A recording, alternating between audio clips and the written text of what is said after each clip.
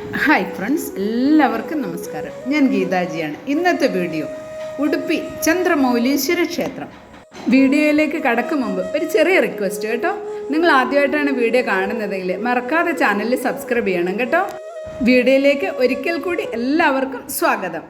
ചന്ദ്രമൗലീശ്വര ക്ഷേത്രം സ്ഥിതി ചെയ്യുന്നത് അല്പം താണ സ്ഥലത്താണ്. ശാപമോക്ഷത്തിനായി ചന്ദ്രപുഷ്കരണി എന്ന പുണ്യകുളത്തിൻ്റെ തീരത്ത് ശ്രീ മഹാദേവനെ ആരാധിച്ചു. അദ്ദേഹത്തിൻ്റെ ആരാധനയിൽ സന്തുഷ്ടനായ മഹാദേവൻ ചന്ദ്രൻ്റെ മുന്നിൽ പ്രത്യക്ഷപ്പെട്ട് ശാപമോക്ഷം കൊടുത്തു. അതിനാൽ മഹാദേവനെ ചന്ദ്രമൗലീശ്വരൻ എന്ന് വിളിക്കുകയും ചന്ദ്രമൗലീശ്വര ക്ഷേത്രം എന്നറിയപ്പെടുന്ന ഈ സ്ഥലത്ത് സംഭവത്തെ അടയാളപ്പെടുത്തുന്നതിനായി ഒരു ക്ഷേത്രം നിർമ്മിക്കുകയും ചെയ്തു. പുരാതന കാലത്ത് ശിവല്ലി അല്ലെങ്കിൽ ശിവബല്ലി അല്ലെങ്കിൽ രജതപീഠപുര എന്നാണ് അറിയപ്പെട്ടിരുന്നത്.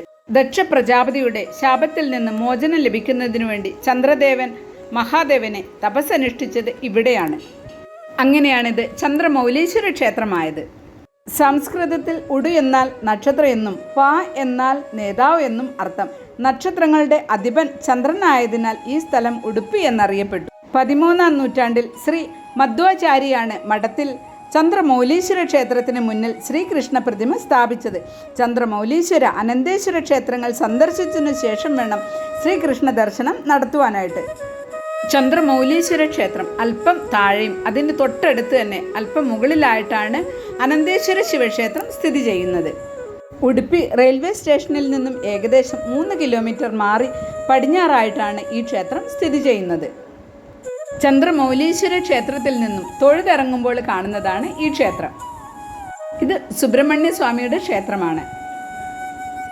ചന്ദ്രമൗലീശ്വര ക്ഷേത്ര വീഡിയോ നിങ്ങൾക്ക് ഇഷ്ടപ്പെട്ട് കാണുമല്ലോ. നിങ്ങളുടെ വിലയേറിയ കമൻറ്റുകൾ അറിയിക്കുമല്ലോ.